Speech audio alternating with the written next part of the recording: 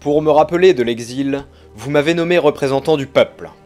À la veille d'élire le premier magistrat de la République, mon nom se présente à vous comme symbole d'ordre et de sécurité.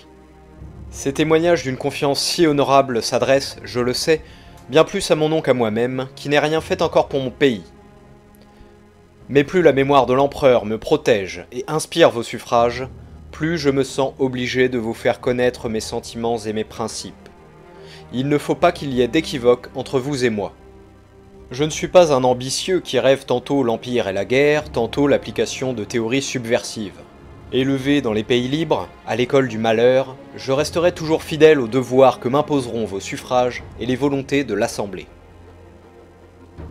Si j'étais nommé président, je ne reculerais devant aucun danger, devant aucun sacrifice, pour défendre la société si audacieusement attaquée. Je me dévouerai tout entier, sans arrière-pensée, à l'affermissement d'une république sage par ses lois, honnête par ses intentions, grande et forte par ses actes. Je mettrai mon honneur à laisser, au bout de 4 ans, à mon successeur, le pouvoir affermi, la liberté intacte, un progrès réel accompli. Quel que soit le résultat de l'élection, je m'inclinerai devant la volonté du peuple, et mon concours est acquis d'avance à tout gouvernement juste et ferme qui rétablisse l'ordre dans les esprits comme dans les choses, qui protège efficacement la religion, la famille, la propriété, base éternelle de tout état social, qui provoque les réformes possibles, calme les haines, réconcilie les partis, et permet ainsi à la patrie inquiète de compter sur un lendemain. Rétablir l'ordre, c'est ramener la confiance, pourvoir par le crédit à l'insuffisance passagère des ressources, restaurer les finances. Protéger la religion et la famille, c'est assurer la liberté des cultes et la liberté de l'enseignement. Protéger la propriété, c'est maintenir l'inviolabilité des produits de tous les travaux. C'est garantir l'indépendance et la sécurité de la possession, fondement indispensable de la liberté civile. Quant aux réformes possibles, voici celles qui me paraissent les plus urgentes. Admettre toutes les économies qui, sans désorganiser les services publics, permettent la diminution des impôts les plus onéreux au peuple. Encourager les entreprises qui, en développant les richesses de l'agriculture, peuvent en France et en Algérie donner du travail aux bras inoccupés.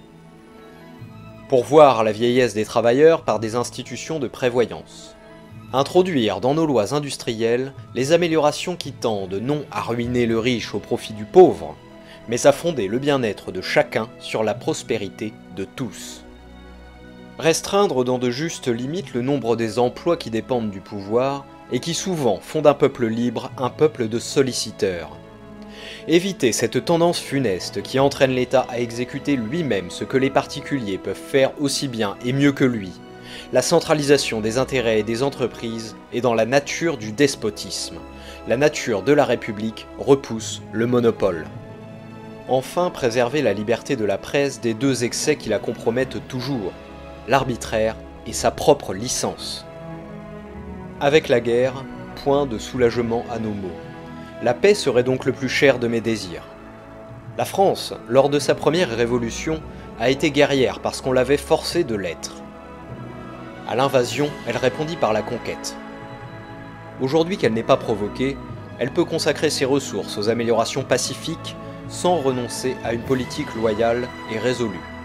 Une grande nation doit se taire ou ne jamais parler en vain. Songer à la dignité nationale, c'est songer à l'armée, dont le patriotisme si noble et si désintéressé a souvent été méconnu.